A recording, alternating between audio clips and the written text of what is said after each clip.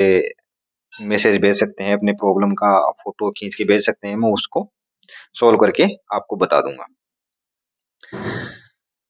Question number 4 में दिया है कि ये कुछ कथन दिए हैं 1, 2 और 3, इनमें से कौन सा कथन, जैसे ये P दिया है, ये Q दिया है, क्या ये सत्य है P क्रॉस Q बराबर ये एलिमेंट आएंगे? इसी प्रकार A और B, क्या ये कथन सत्य है? क्या A और B दिया है तो A cross B is equal to A cross B intersection five is equal to 5, क्या ये सत्य है? यानी ये कथन दिए हैं, ये पूछेगा कि ये सत्य है या असत्य है, हमें ये चीज बतानी है। तो चलिए करते हैं। हमें क्या दिया है? P दिया है और Q दिया है और पूछा है P क्रॉस, क्या P क्रॉस Q बराबर ये होगा? तो हम डायरेक्ट अपना जो मेथड है वो निकाल लेते हैं उससे। ये हम यहाँ पे P लिख लेते हैं, यहाँ Q लिख लेते हैं। P में कौन कौन से एलिमेंट है? M, N है, और Q में कौन कौन से एलिमेंट है? N, M है।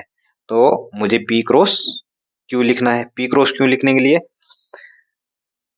P का कोई भी एक एलिमेंट पकड़ लूंगा और Q के सारे एलिमेंट्स के साथ में लिख दूंगा।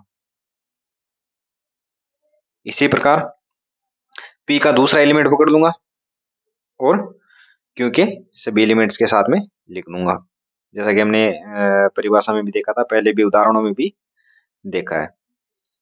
तो क्या ये P क्रॉस Q और ये P क्रॉस Q सेम है? नहीं है, इसमें 2 एलिमेंट है और इसमें 4 एलिमेंट है, तो ये कथन है वो क्या है? असत्य है। अगर हम P क्रॉस Q के सारे एलिमेंट्स ना लिख के हम उसकी P क्रॉस Q के कुल एलिमेंट निकाल लेते कि P क्रॉस Q में कितने एलिमेंट होंगे, तो भी हम डायरेक्ट इसको असत्य करार दे सकते थे। कैसे?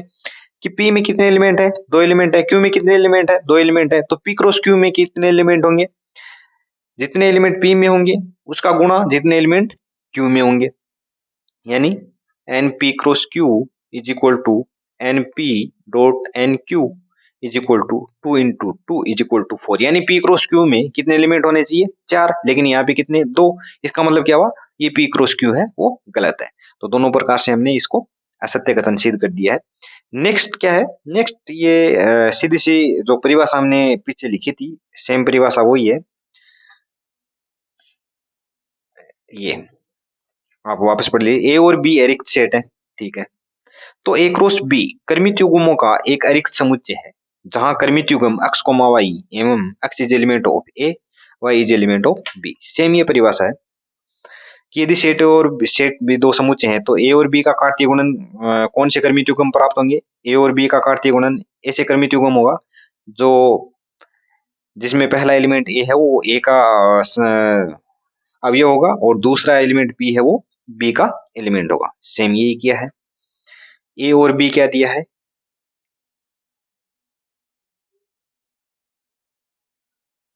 एरिक्त सेट है, तो ए क्रॉस बी सीधी सी बात है एरिक्त समुच्चय तो प्राप्त नहीं होगा।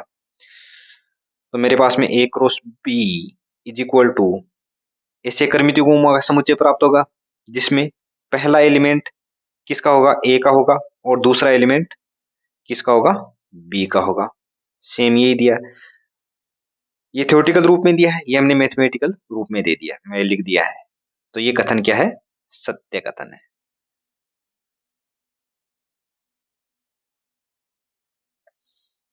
क्वेश्चन नंबर 4 का तीसरा पार्ट क्या कहता है? यदि 2 सेट दिए हैं, ए दिया है, बी दिया है, और पूछा क्या है? A cross B intersection five is equal to 5। भाई हमने ये तो पढ़ा था कि कोई सेट ए हो, सेट बी हो, इनमें से कोई भी एक रिक्त हो तो A cross B is equal to मेरे पास में 5 प्राप्त हो जाता है। लेकिन ये क्या बला प्राप्त हो गई? A cross B intersection 5 is equal to 5 कहां से प्राप्त हो गया? तो हमने जब समुच्चय में हम हल कर रहे थे क्वेश्चन, उस टाइम पे बताया था कि हम पहले कोष्टक को हल करते हैं और कोष्टक में जो भी अपने पास में इंटरसेक्शन हो, यूनियन हो, उसको हम कोई भी एक समुच्चय मान लेते हैं। मान लो यहाँ पे हम वही मेथड अपनाते हैं कि अपने पास में सिद्ध क्या करना है? A cross B intersection 5 is equal to हमें 5 सिद्ध करना है। इसके लिए हमें क्या करना होगा? पहले हम बी इंटरसेक्शन 5 को हम मान लेते हैं सी, और उसके बाद में हम क्या करेंगे? ए क्रॉस सी, अगर ए क्रॉस सी अपने पास में फाई प्राप्त हो जाएगा तो हम क्या कहेंगे कि ये सत्य है। तो पहले बी इंटरसेक्शन फाई निकाल लेते हैं। जैसा कि हमने समुच्चय में पढ़ा था कि किसी भी समुच्चय का अगर रिक्त समुच्चय के साथ में हम इंटरसेक्शन लेते हैं तो वो समुच्चय क्या प्राप्त होता है, अपने पास में रिक्त समुच्चय प्राप्त होता है। सेम यही कंडीशन है। अगर मैं बी इंटरसेक्शन फाई के साथ में अगर मैं लेऊं तो फाई, और बी इंटरसेक्शन फाई को हमने माना क्या है, सी, तो इसका मतलब सी इज इक्वल टू मेरे पास में फाई हो गया। अब मुझे करना क्या है, ए क्रॉस सी करना है, जहां पे सी क्या है, फाई है। तो किसी भी अगर दो समुच्चय हैं, हमने पढ़ा है पीछे, अगर दो समुच्चय हैं उनमें से कोई भी एक समुच्चय रिक्त है तो उनका गुणन है, कार्तीय गुणन, वो अपने पास में क्या प्राप्त होगा, रिक्त समुच्चय प्राप्त होगा। और सेम यही दिया है फाई, क्योंकि यहाँ पे सी क्या है, रिक्त समुच्चय है, इसलिए ए क्रॉस सी अपने पास में क्या प्राप्त हो जाएगा, फाई प्राप्त हो जाएगा। तो ये कथन भी सत्य है।